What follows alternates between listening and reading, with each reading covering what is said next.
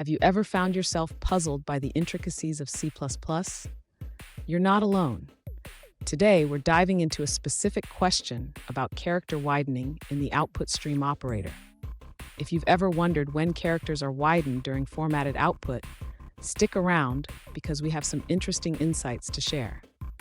I completely understand how frustrating it can be when the C++ standard seems inconsistent. Many developers have faced similar confusion, especially when dealing with output streams. You're definitely not the only one scratching your head over this.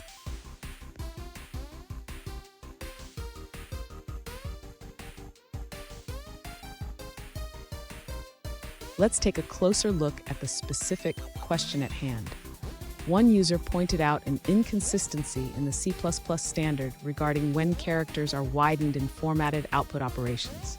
They provided some declarations and noted several behaviors of the output stream operator. Sound familiar? Let's break it down together. To understand this better, let's summarize the user's findings. They observed that certain operations with characters and strings behave differently when using standard and wide output streams. This raises questions about the intended behavior of the C++ standard. Let's explore these inconsistencies. And don't go anywhere. By the end of this video, you'll have a clearer understanding of character widening in C++ and how to navigate these tricky situations. To address the user's question about character widening in C++, we first need to clarify the behavior of the output stream operator.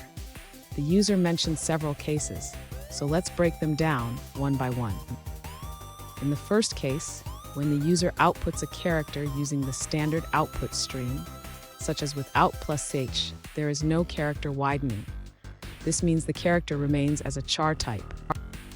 However, when the user outputs a string without +str, character widening does occur. This is because the string is treated as a sequence of characters that can be converted to wide characters.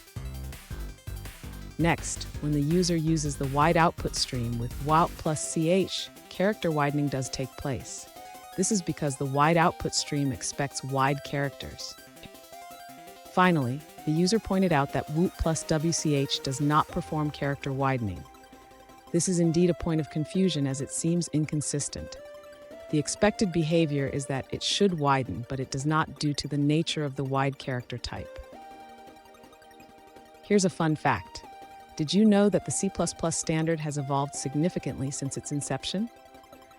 Each version brings new features and sometimes unexpected quirks. Now, let's look at the answers provided by other users. This user points out that the C++ standard may not be entirely accurate regarding character widening in output streams. They explain that the issue arises from how similar operations are grouped together in the specification, which can lead to confusion. They clarify that when a char is inserted into a non-char stream, it needs to be widened to match the stream's character type. This widening is meant to convert a character from the source character set to the stream's wide character set. The user also notes that the iOS stream specification hasn't significantly changed since C++ 98, despite the rise of Unicode. They suggest that the current system lacks proper support for Unicode characters, particularly in widening a single character into a UTF-8 sequence. Finally, they encourage anyone who sees inconsistencies to file a defect report, providing a link for guidance. However, they caution that without proposed wording for corrections, the issue may not receive much attention. Here's a pro tip. Always refer to the latest C++ standard documentation when in doubt. It can save you a lot of confusion and help you understand the intended behavior of the language. And there you have it. You now have a better grasp of character widening in C++. Remember, understanding these details can make you a more effective programmer. If you found this video helpful, don't forget to subscribe for more insights into C++ and other programming topics.